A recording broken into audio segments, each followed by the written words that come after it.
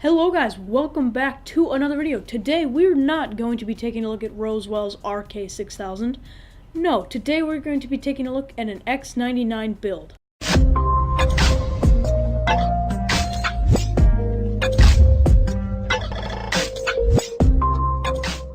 So, X99 is the newest, latest and greatest from Intel. So, it doesn't come cheap, that's for sure. But what I went for was a well-rounded machine. And it is pretty expensive. It comes in around $1,600, but it'll get you on Intel's latest chipset, DDR4, all this new stuff, more memory support, faster memory, lots of good stuff with X99. So, starting it off, we have the Intel Core i7-5820K. Now this CPU is a 6-core. It is just around $400-ish, and it is easily the best bang for the buck X99 CPU available right now. Now, the 5960X, which is an 8-core CPU, costs over $1,000, so basically just as much as this entire PC by itself. Pretty expensive. And then the 5930K comes in a little bit more, and you get some better stuff, but this is definitely the best bang for the buck. Now, cooling it is the Corsair H100i. Now, the reason I chose this CPU cooler is because it's great, it cools, and it'll give us a lot of overhead for overclocking the 5820K, which is really good, and it also works with the CPU, which is definitely a plus. Now, next up, for the motherboard, I chose the X99 SLI Plus from MSI. Now, this has great reviews on Newegg as well as Amazon, and it comes in around $200, which, I mean, is what you're going to be spending at least on an X99 motherboard, and it supports our CPU, RAM, as well as our graphics card, which we'll get to later. So, since X99 now has support for DDR4, we might as well use it, right?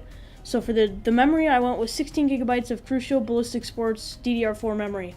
Now this is 2400 megahertz memory, dual channel. And let's just think about it. So right now, the DDR3 memory of Crucial Ballistic Sport is 1600 megahertz. Megahertz. So it went up 800 megahertz just from DDR3 to DDR4, which just shows the potential of DDR4. Now, not many games take advantage of this right now, but in the future, hopefully they will, as well as other RAM-intensive tasks like video editing as well as 3D modeling. So next up, I went with the Asus Strix GTX 970 for the graphics card. Now, it's been having some memory issues, which I honestly think have kind of been blown out of the water. So, it has 3.5 gigabytes of VRAM, and then the rest of the 0.5 will slow down drastically. So, unless you're running at 1440p, max details, highest graphics settings, just the whole thing, or 4K, you're not going to have any problems. But if you're running 1440p with gaming, but not maxed out or anything, or even 1080p. You can run 1080p, highest quality, just whatever with 1080p. You'll easily get 60 FPS in games. It's great, and that's it. That's why I chose that card. Also, for the X99, the Asus Strix, it also has the 0 decibel fan mode, which doesn't even make the fans spin, which is awesome. Really quiet. It's definitely good graphics card. So for the case, I went with the NZXT H440, and I went with the black and red edition, which I honestly think looks just unbelievably cool. MKBHD edition, which I like. I actually really like those colors. Now, it has 4 fans, which is nice because at the front, it's blocked off, so there's not very much airflow coming through there. So there's 3 fans there. 1 fan is an exhaust.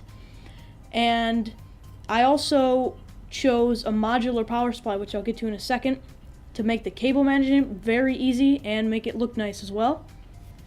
Now, for the power supply, I went with the Corsair CXM 750.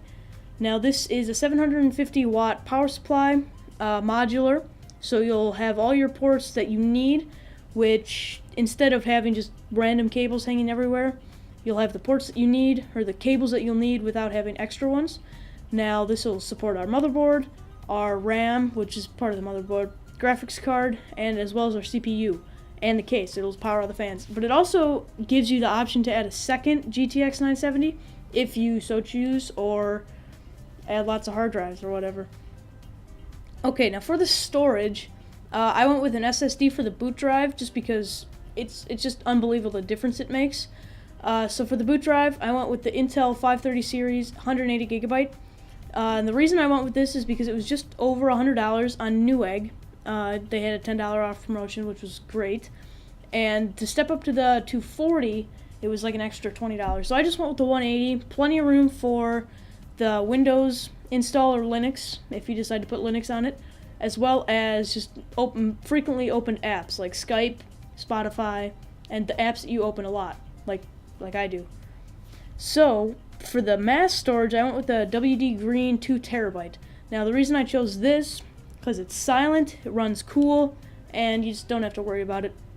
Now, I would store your games on the hard drive just because they take up a lot of storage. Like, some games are up to like 60 gigabytes, just huge files, as well as you can do backups of the SSD onto the hard drive. That's why I want 2 terabytes, so you have plenty of room.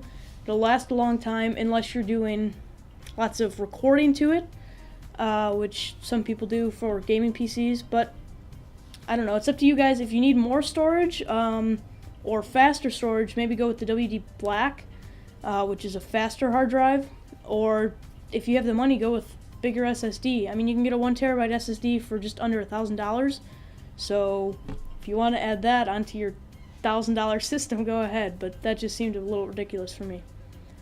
So that's all for the build, and I think this build would be unbelievable. I don't have this build, obviously I didn't build it, because I don't have money to spend on it right now. Hopefully, in the future though, we will be doing builds on this channel. That would be cool. And so that's all for this. If you guys want to see the keyboard review, that will be coming in the coming. That'll be coming in the next few days.